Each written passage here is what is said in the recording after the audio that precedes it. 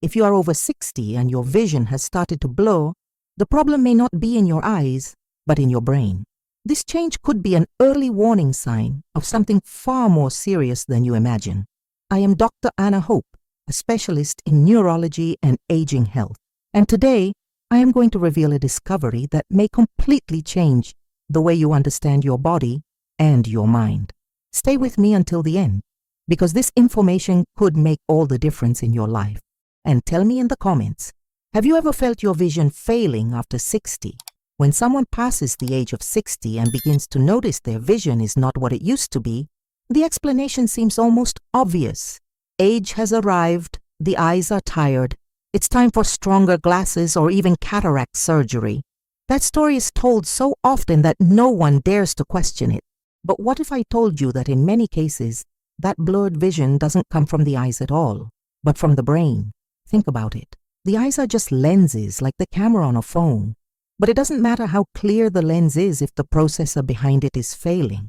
The same may be happening to you, or to someone you know who has crossed into their 60s. The image still enters the eye, but the brain is no longer able to decode it with clarity. Over the years, I've learned that the human body is both brilliant at sending signals and cunning at hiding them. Many older patients come to me saying, "Doctor, I feel like there's a veil over my eyes, but every test says they're fine." Some leave reassured by this answer. Others carry home a silent dread. If it's not my eyes, then what is it? That's the point where most people prefer not to dig deeper, because admitting blurred vision could come from the brain means facing the possibility of something far more dangerous, something that doesn't just affect sight, but touches the very core of identity. After all, it is in the brain that we hold our memories, our emotions, and everything that makes us who we are. Here is the chilling detail that few dare to mention. Several studies show that in some cases, the earliest signs of neurological decline don't appear in memory or logic, but in vision. That sudden haze can be like a fire alarm ringing before flames engulf the house. But if we ignore the alarm, the fire spreads silently. I remember one patient, Mr. John, 64 years old. His case left a lasting impression on me. He had taken every eye exam available, and none explained why he struggled to see clearly. He described the world as though a transparent film distorted everything around him. His eyes were healthy, yet brain scans revealed that certain areas responsible for processing visual information were slowing down, like frayed electrical wires. Months later, other symptoms began: sudden forgetfulness, difficulty recognizing familiar faces. What looked like a simple eye problem had been the brain's first cry for help, and he was not alone. Mrs. Martha, 72, described a similar story. In the mornings, she saw normally, but by evening, as the light faded, her vision collapsed into shadows. Her eyes were fine. The problem was that brain regions responsible for interpreting light and contrast were weakening. Each year, the haze grew heavier, and with it, even her ability to arrange simple thoughts began to falter. Mr. William, 68, experienced something different. He told me that while reading, the words seemed to float away from the page, as though someone had shaken the ink. He could not finish a single article without rubbing his eyes in frustration. But his eyes weren't the problem. The issue was hidden deeper.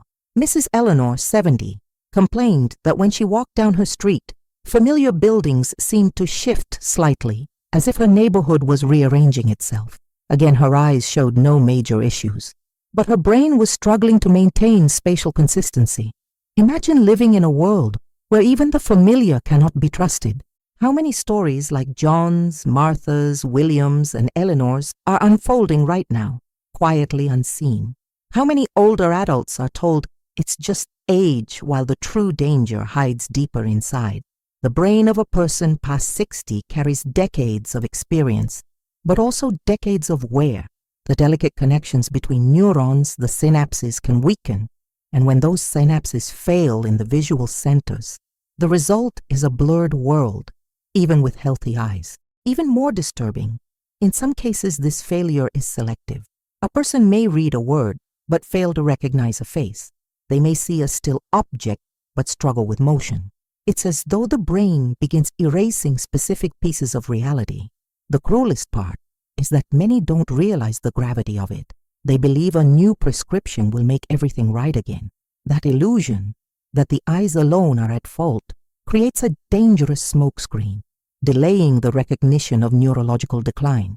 Because let's be honest, it is far easier to accept you need new glasses than to confront the idea your brain is faltering.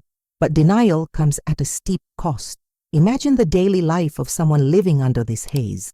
They open a book and the letters slide into confusion. They try to cook, but the flame on the stove seems weak and shifting. They sew, but the thread slips into a blur. They watch television, but the faces dissolve into indistinct shapes. Even the smile of a grandchild becomes unclear, a ghostly outline where there should be joy. And with every blurred detail, the anxiety deepens, because this is not just about vision. It is about trust. Can I trust myself to cross the street? Can I trust myself to recognize my loved ones? Can I trust my own senses anymore? The fog outside becomes fog inside, corroding confidence, eating away at the very will to live. Think about this. You believe you're caring for your eyes, but what you should be protecting is your mind. Time passes, the symptoms build, and when the truth finally emerges, it may already be too late. That is the trap so many fall into. Here is the hard truth. After 60, the brain and eyes are more intertwined than ever. Small lapses in sight may be the window into far greater lapses of the mind. But how often have you heard a doctor say that? How many public health campaigns speak of this hidden link? The reality is that this subject is almost treated like a taboo.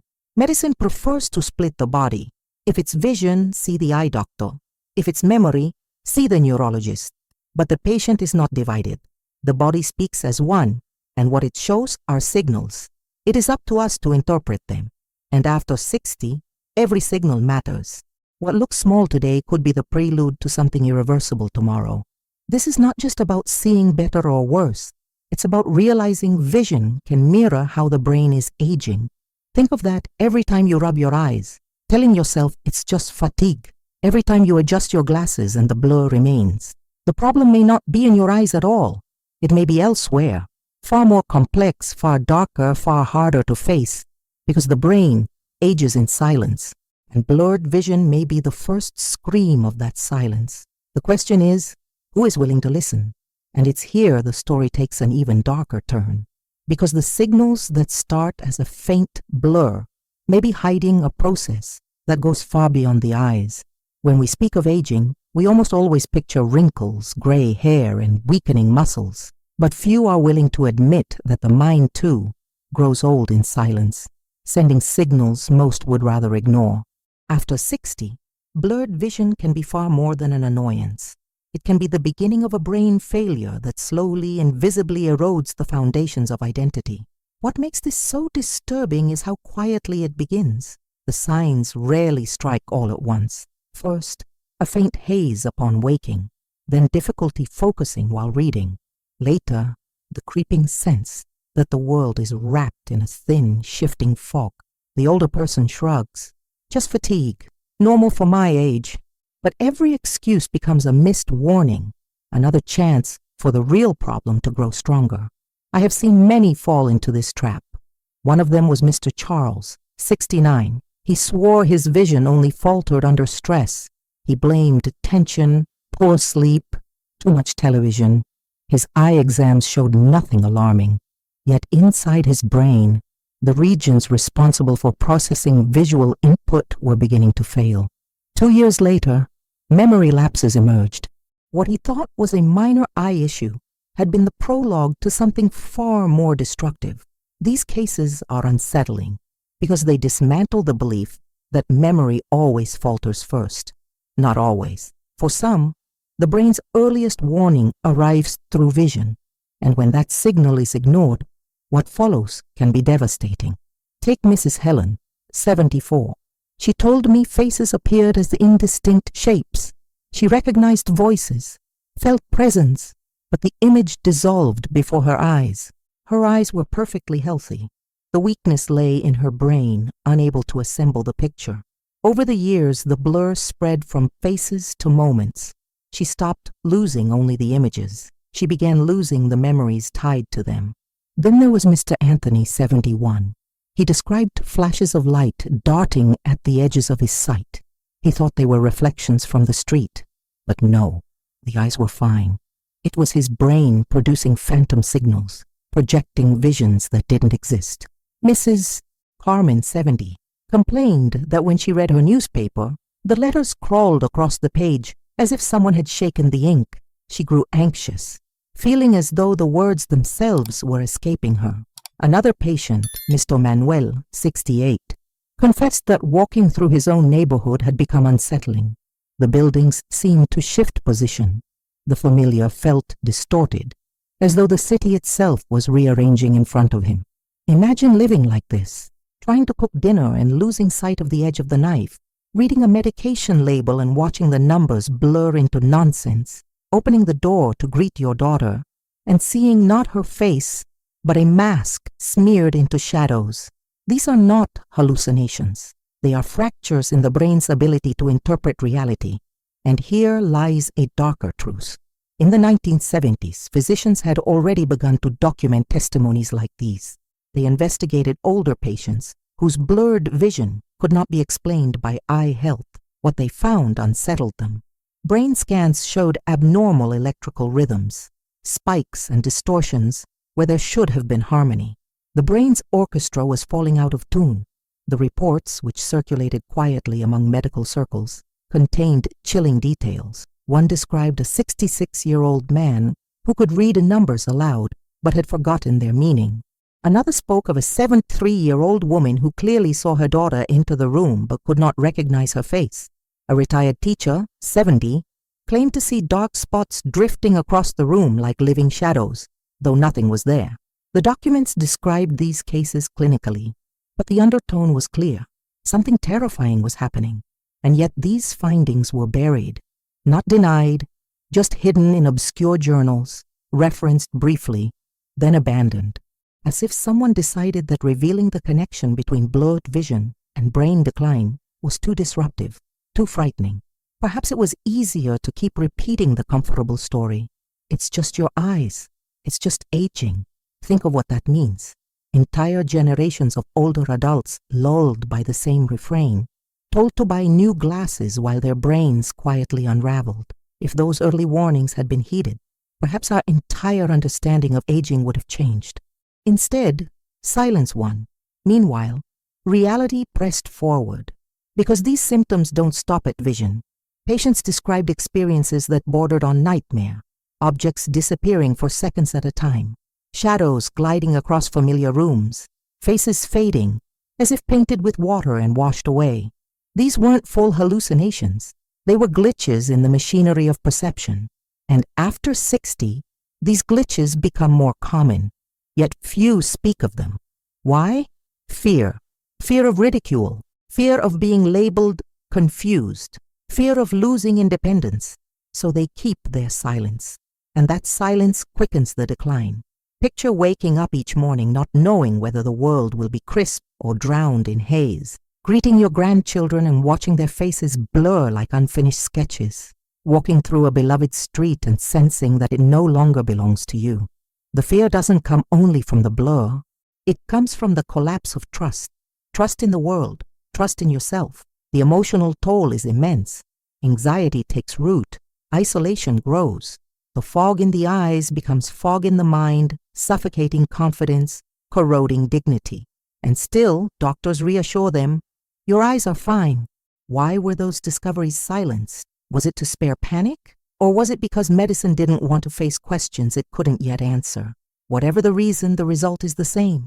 Decades of older adults stumbling blindly into decline, never told that their first symptom might have been the blurred veil over their eyes. And the most disturbing thought? That silence may not have been accidental. What those physicians uncovered in older adults decades ago, what they recorded in forgotten files and abandoned reports, might have been deliberately concealed. After 60, every detail of the body becomes a message. The challenge is that we don't always know how to interpret it. Joint pain might just be fatigue, or it might be the first whisper of deeper damage. A sudden dizziness might be a passing imbalance, or a warning from a failing heart. And when vision grows blurred, the dilemma is perhaps the most cruel of all. Is it something temporary, or the echo of a brain beginning to collapse? The older adult stands at the crossroads of two realities. On one side, hope. Perhaps stronger glasses will fix it. On the other, fear.